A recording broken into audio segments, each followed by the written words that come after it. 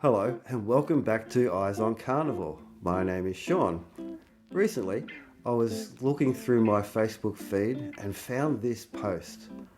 Now, this was really disturbing because it suggests that a growing body of evidence suggests that a plant-based diet is something that dogs and cats can thrive on. Well, I don't think that's true. And frankly, I think it's downright nonsense and bordering on animal cruelty. But anyhow, look, let's go have a look at what I feed my carnivore dog. When I go out with Sammy, I have to get him ready as much as I get myself ready usually, and that involves giving him a nice brush. This time of the year he's molting a bit, so I do have to give him a good brush all over. I put on his collar, I put on his working harness, which has the guide dog's emblem on the side. Make sure I've got his lead, make sure I've got his handle that goes onto the harness. And that's his guide dog outfit. Also, I've got to make sure that I've got some doggy bags, just in case some business needs to be done on the way whilst we're out. Collect all those and put it in the bin, of course. And if it's a hot day, then we might need to take some water with us. And generally, if I need to give him some water, I just do it into my hand, lick out of my hand, and that gets us off and going for the day. Sammy eats only once per day, so generally I would not take food with us.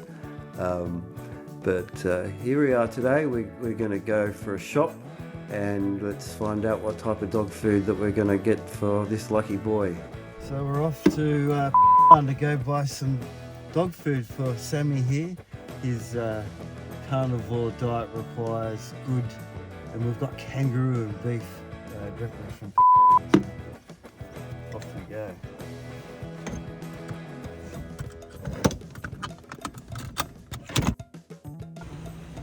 So getting out of the car, we put on the handle, and then usually we will have someone to follow.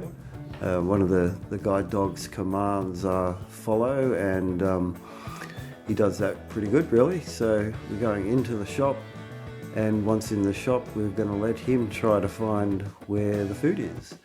And this is quite a trick because the whole shop's full of food, but he's after the food that we get him normally. So let's see if he can find the fridge. Ideally, he finds the fridge and he puts his nose on the fridge. And that way he knows he's getting the kangaroo and the beef that we normally get him. Isn't that clever? Also in this shop I do get some other things from time to time, and these are the 100% dehydrated liver treats. Don't often give them the treat. Sometimes when we come back from doing some work, I'll give him a treat, and not just during the day randomly for no particular reason. It has a purpose. So the 100% liver. You've got to check the packaging, of course. The ingredients are very important, and if there's anything not necessary in there, emulsifiers, preservatives, seed oils, I mean, that's not required, and certainly not for a dog that I want to thrive. And thrive is the key word for this. Dogs and humans can live on all sorts of stuff, but whether they'll survive and live for a long time, probably not. Get the right food, and that's your gold pass, that's your gold standard. For dogs, cats, humans, and every animal really, the species appropriate diet, species specific diet is what it's all about. And for my carnivore dog, he gets these meat from the pet food store, liver treats, not really much else. But at the butcher, let's go to the butcher now and let's find out what we get from the butcher.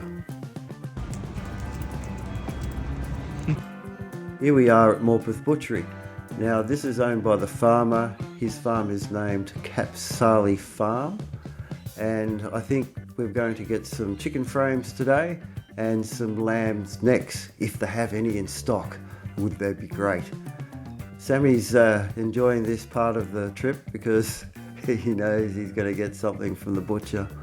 I'm here usually once per week, maybe once every couple of weeks, and I buy all my meat, lamb and beef, different cuts, and sometimes some pork crackling, and generally not chicken, but the chicken's for the dog today. So we're back from the butcher, and I think Sammy's pretty excited about this because this is the first chicken frame I've given him.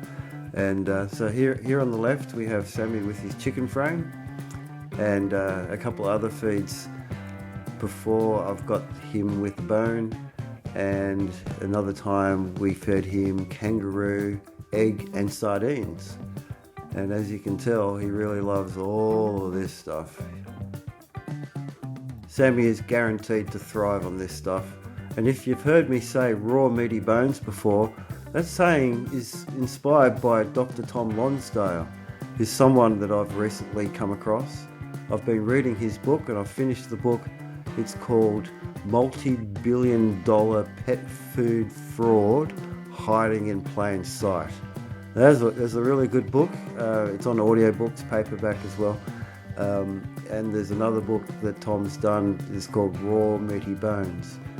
Tom's a 50-year veteran veterinarian. He has got websites, thepetfoodcon.com, and he's also got his own YouTube channel. Let's have a listen to Tom talk about his passion. But what do the self-styled experts at the University Veterinary School say? They say,